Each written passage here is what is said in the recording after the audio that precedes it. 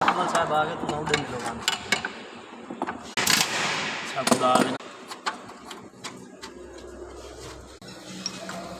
दिया सर तबीयत ठीक है